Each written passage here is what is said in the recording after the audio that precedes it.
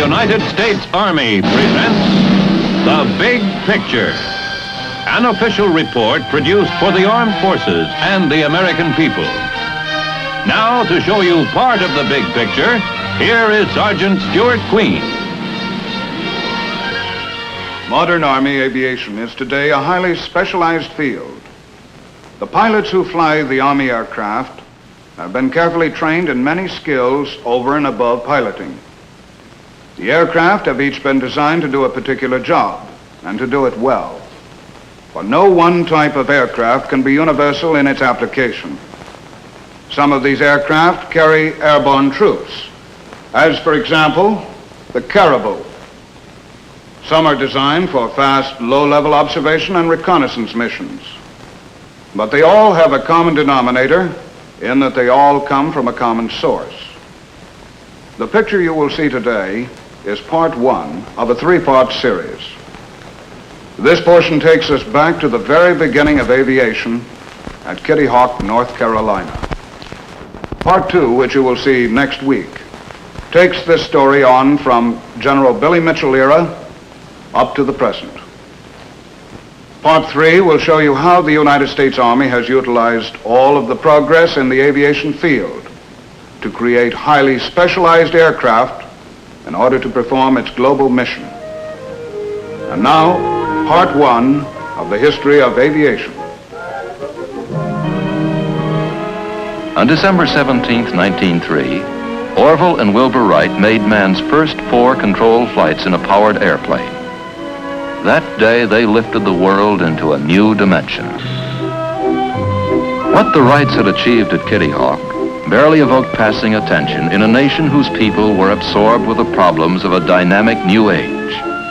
There were other, less celestial wonders closer at hand. The automobile, the telephone, the motion picture.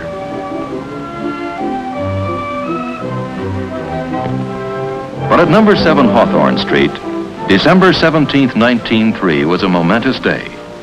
The young girl who was then the Wrights' housekeeper, Carrie Grumbach, remembers. I remember the telegram when it come, that they had flown. The telegram from Kitty Hawk had a special significance for the mechanic who worked in the Wrights' bicycle shop, Charlie Taylor.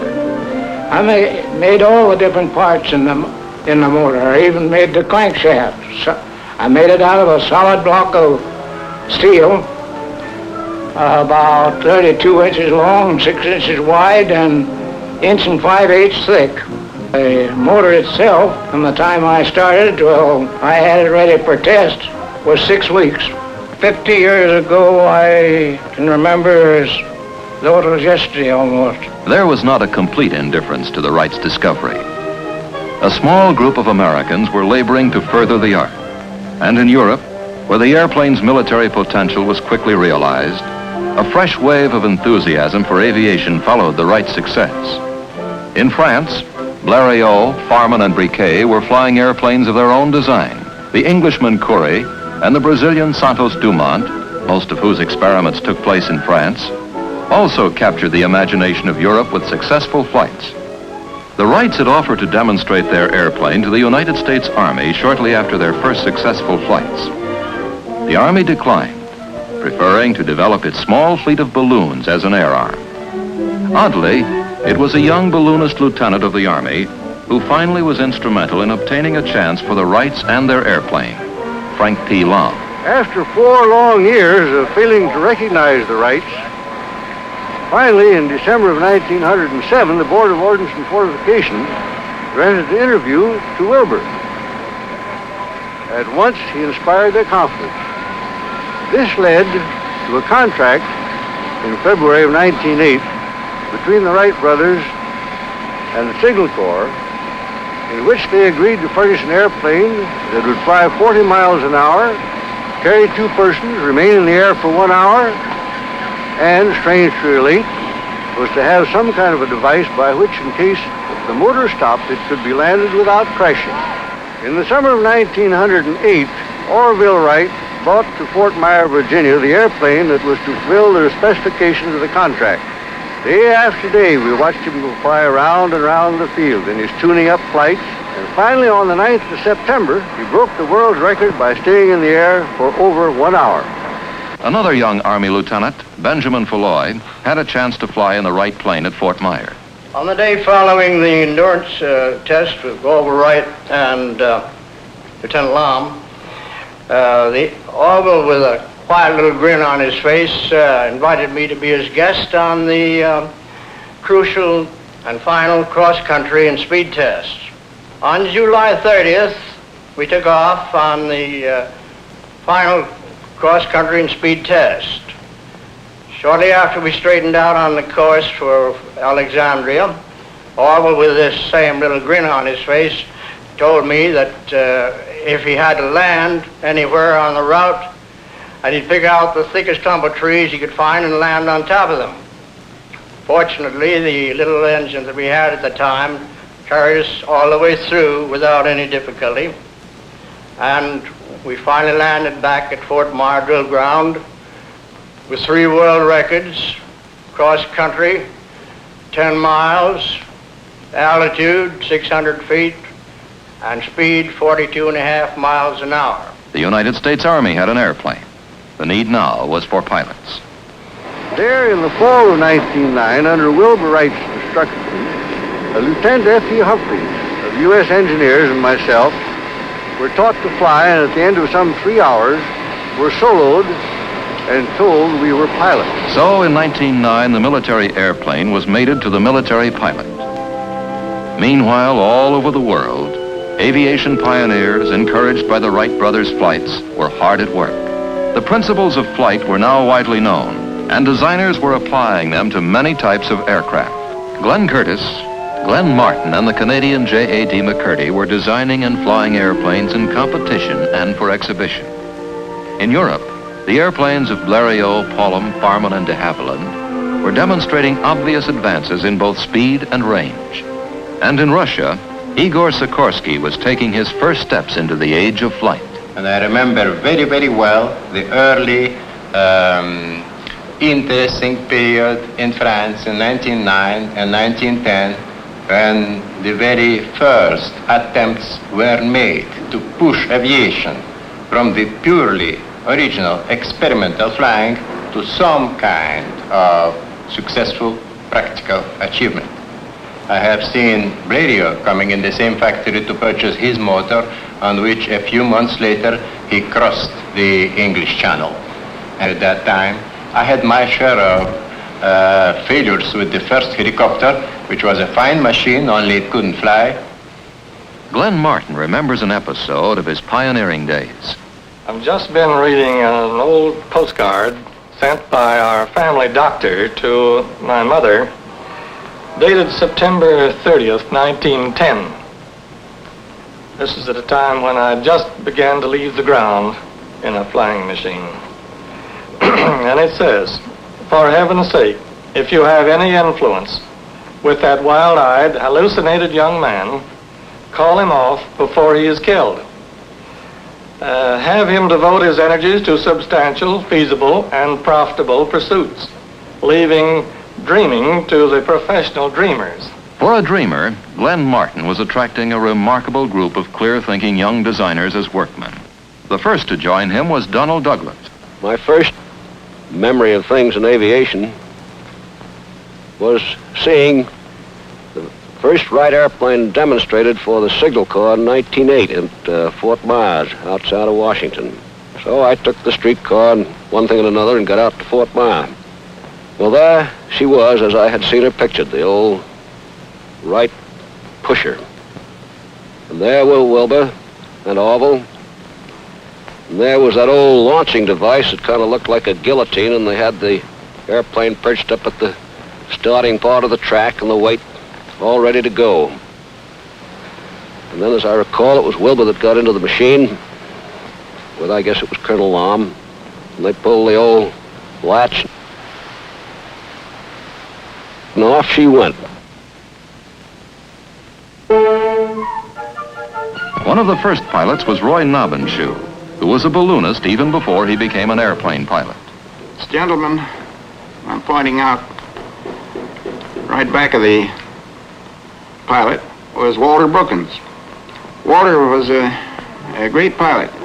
His judgment was uncanny, but he was very temperamental. As a matter of fact, he, Arch Hoxsey, and Ralph Johnson was the three best pilots that the Wright Company had, and each one tried to outdo the other. The ambitions of some designers went far beyond their skills. As Igor Sikorsky has said, In the history of aviation, there have been many contraptions which, to the good fortune of their inventors, failed to fly.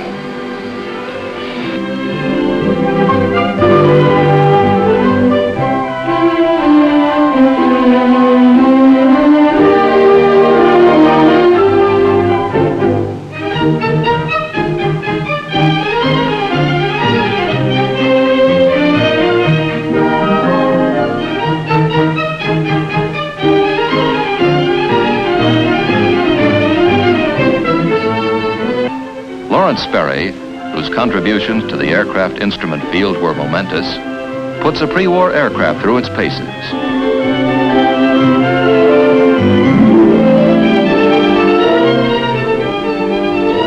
All this ferment, however often it seemed to lack direction, was contributing in one way or another to the growth of aviation. The airplane was growing cleaner in design. Its horsepower was more dependable. The disparaging term aeronaut was giving way to aviator, a term of respect. Aviation was emerging as a science. A pioneer aeronautical engineer and educator, Dr. Jerome Hunsaker. Professional education in aeronautical engineering began in this country at MIT in the winter of 1913-14. This course was started by President McLaurin borrowing me from the Navy Department and supplying me with one assistant as staff, who was a recent graduate in mechanical engineering, Donald Douglas, from whom more was to be heard. The pusher engine of early planes had been replaced by the tractor engine installations which allowed higher speeds. The Wrights were foreseeing these helpful aircraft devices, and other inventors such as Elmer Sperry were inventing and refining them. Here, a Curtiss seaplane flies with the early Sperry automatic pilot.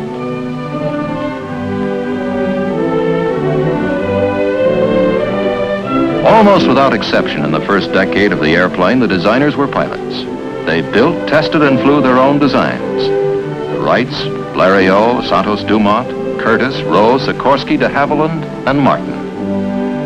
At Glenn Martin's, a band of engineers and craftsmen had gathered together whose names in time would be synonymous with aircraft designs of world rank. Donald Douglas, James H. Dutch Kindleberger, Lawrence Larry Bell, Alan Lockheed, John Northrop. The United States was the cradle of flight. Inventors of a high order had appeared. Our pilots were unmatched. First-rate designers emerged. Brilliant men specialized in the components of the airplane. But as a pioneer who specialized in aircraft horsepower, Frederick B. Rentschler summarizes. Prior to World War I, our most important contribution to aviation was the flight of the Wright brothers. From December 1909 to March 1911, 13 months, the entire United States Air Force consisted of one officer, myself, one civilian mechanic, 8 enlisted men, one airplane. The government at that time wasn't very keen about turning money loose for flying. I had the great appropriation of $150 allotted to me to take care of the airplane for the entire year 1910. 2 air-minded young lieutenants shortly joined General Falloy, the one-man Air Force. They were Hap Arnold and T. DeWitt Milling. Looking back 42 years ago to March 1911, the month in which General Arnold and myself were ordered to Dayton to learn to fly with the Wright brothers, and to think of the plane that we used at that time and see the advance that has been made since, it seems incomprehensible that one man in his own lifetime could live through such progress. After our very brief period of instruction, of about a week, 2 to 3 hours in order to learn to fly, we were sent to College Park, Maryland. We immediately started in to try to find some method by which we could develop, from the standpoint of taking photographs, using the machine gun, dropping bombs. The air arm of the United States Navy began under equally apathetic circumstances. Naval Aviator Number 3 was Admiral John H. Towers. In the autumn of 1911, when I was quite a young naval officer serving aboard one of our battleships, I got the idea that I wanted to learn to fly, that naval aviation would amount to something for naval purposes. So I put in a request to the Navy Department, and they came back and quite frankly said that they didn't believe aviation would ever amount to anything. But if it turned out to be otherwise, they would consider my request. During that winter, Congress appropriated money for the Navy to buy 3 airplanes, so they were in it whether or not they wanted to be. And then they decided to select 3 officers to be taught to fly as part of the contract with the manufacturers of the airplanes. I was fortunate enough to be one of those 3 officers. The other 2 were Ellison and Rogers. I also became a very close friend of Glenn Curtis and was associated with him throughout his whole life. The man had an enormous amount of vision. He had already conducted, in cooperation with the Navy, tests of landing an airplane on a platform, on a cruiser, and also of taking off. But he had in his mind then the idea which later developed into the powerful carriers that we have today. The airplane now had official recognition, both from the Army and the Navy, but it was a cautious acceptance. The time-forged armament still held sway. When the fledgling Army flyers experimented with a primitive bomb sight and a Lewis machine gun, installed in aircraft at College Park, Maryland, they landed and foresaw whole battles that someday might be fought in the air. The War Department promptly pierced that bubble. An official spokesman pointed out with finality that the Army had airplanes for just one purpose: reconnaissance.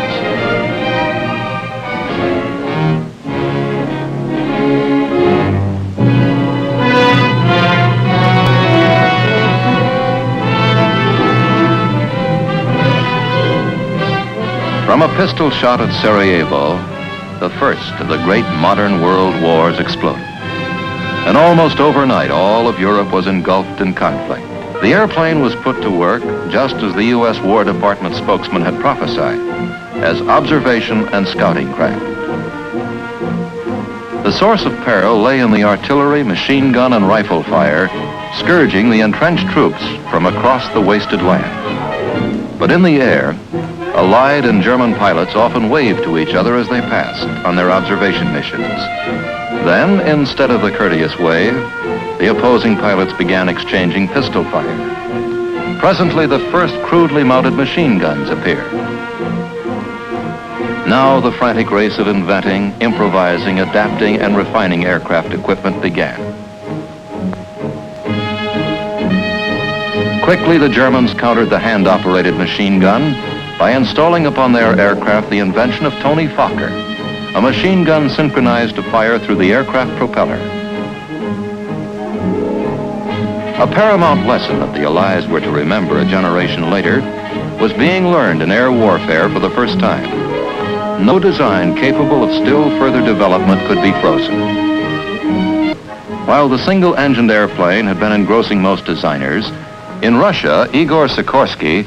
In 1912, I decided that the time came to build a large machine with several motors.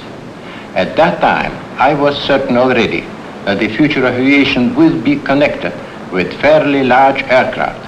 In 13, I completed my first 4-motored airplane, the Grand. The ship proved a complete success. It flew quite well. The Grand's military successor, the Ilya Muromets, was the first 4-engine bomber in world history.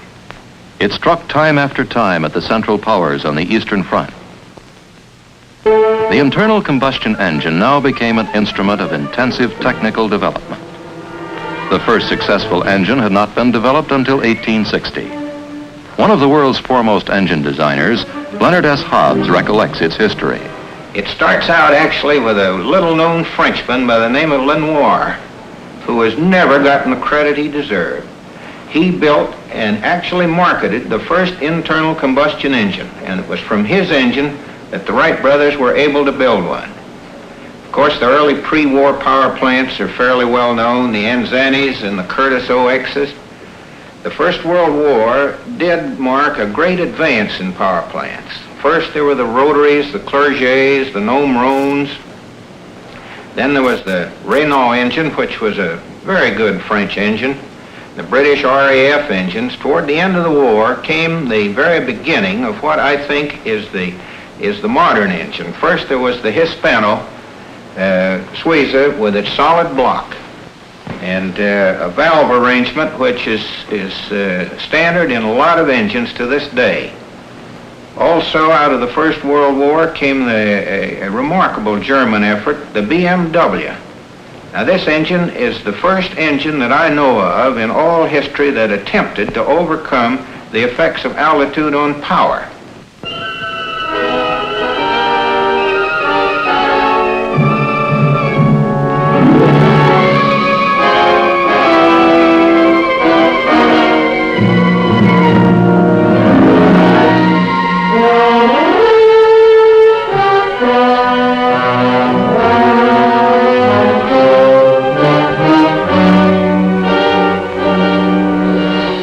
Into a conflict in which European antagonists had been tempered by 3 years of savage battle, whose equipment had been perfected by the necessity of survival without regard to cost, the United States now plunged.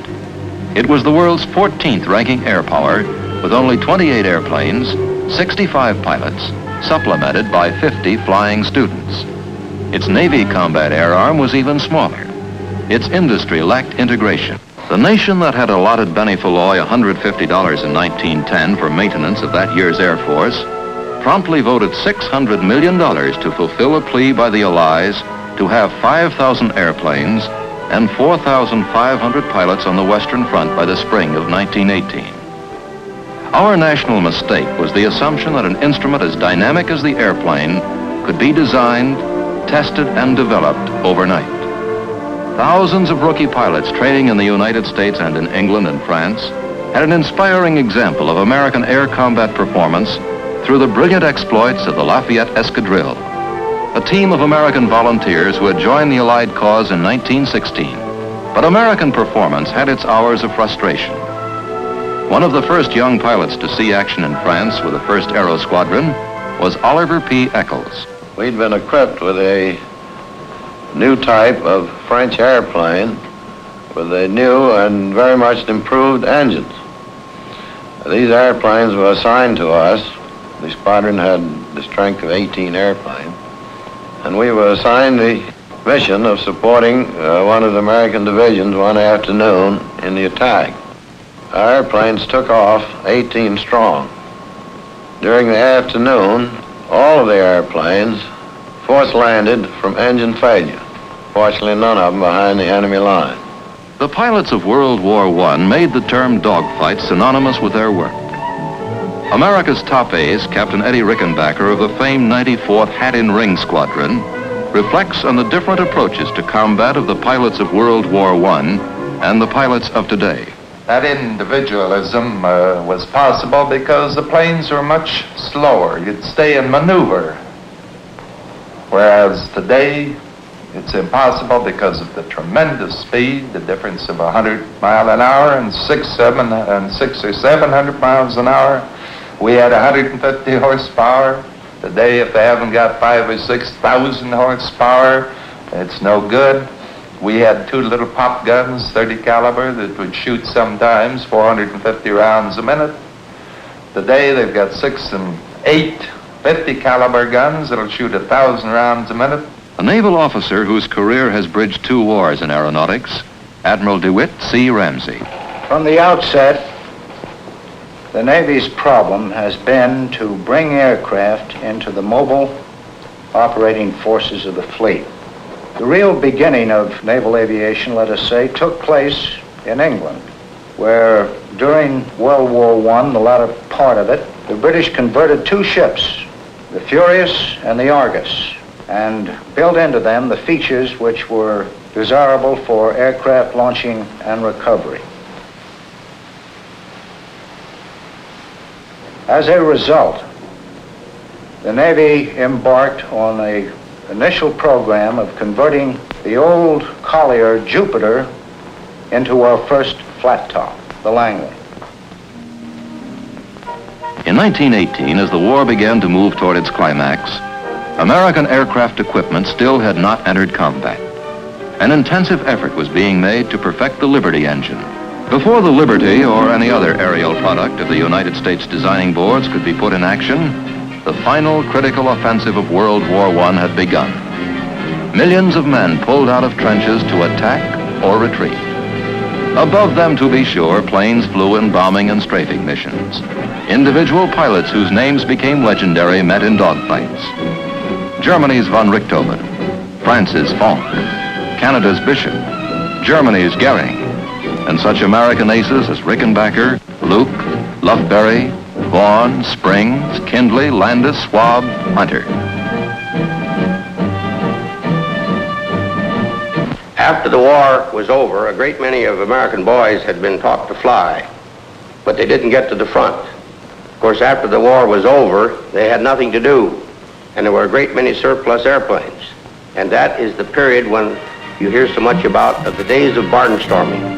After the war, with all these surplus airplanes, a lot of the fellows who had been taught to fly then decided to go out and carry passengers and do stunts and regular exhibition flying, principally at the county fairs and state fairs and things of that sort. Both the Army and Navy Air Arms shortly were reduced once again to organizations hardly larger than the membership of a civic club. Yet in both services, the men who remained were uniquely zealous advocates of their calling.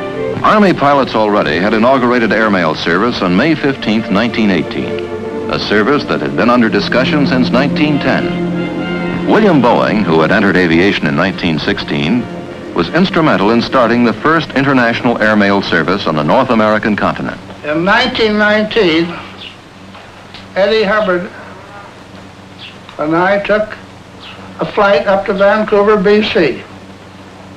On our return trip, the postmaster at Vancouver handed us a mail sack for delivery to the postmaster at Seattle. This was the first international mail ever carried by plane into the United States.